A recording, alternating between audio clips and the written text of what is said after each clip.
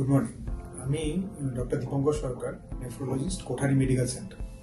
আমাদের মধ্যে অনেকে কিডনির সমস্যায় ভুগছেন এবং অনেকের ক্ষেত্রে আমরা সেই কিডনি সমস্যাটাকে বাড়তে বাড়তে এন্ড স্টেজ রেনাল ফেলিয়ার বা ইএসআরডিতে পৌঁছে গেছি। তো এইরকম মানুষদের কোনো না কোনো form of renal replacement therapy, মানে কোনো ফর্ম অফ ডায়ালিসিস অথবা কিডনি ট্রান্সপ্লান্টেশন দরকার পড়তে পারে।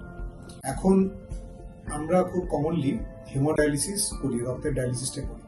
এছাড়া পেরিটোনিয়াল ডায়ালিসিস বলে আরেকটা পদ্ধতি আছে, যেটা বাড়িতে বসেই করা যায়। ডায়ালিসিস এর মারফতে একজন কিডনির পেশেন্টের, যার কিডনি প্রায় পুরোটাই কাজ করছে না, তাকে রিলেটিভলি নর্মাল লাইফে ফিরিয়ে আনা যায়।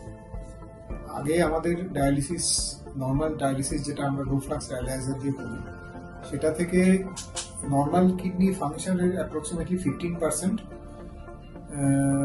রিপ্লেস করা যেত।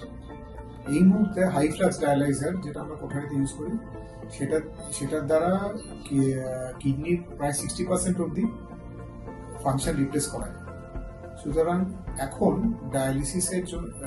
ডায়ালিসিস ঠিক মতো হলে একজন মানুষ তার নর্মাল স্বাভাবিক কাজকর্ম এবং এমপ্লয়মেন্ট দুটোই সে করতে পারে। সুতরাং ডায়ালিসিস নিয়ে খুব চিন্তিত বা ভয় পাওয়ার কোনো কারণ নেই।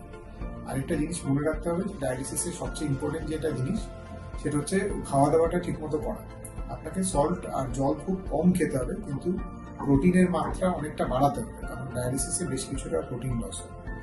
সব ঠিকঠাক চললে একজন ডায়ালিসিসের পেশেন্টের নর্মাল লাইফস্টাইল মেনটেন করা খুব সম্ভব।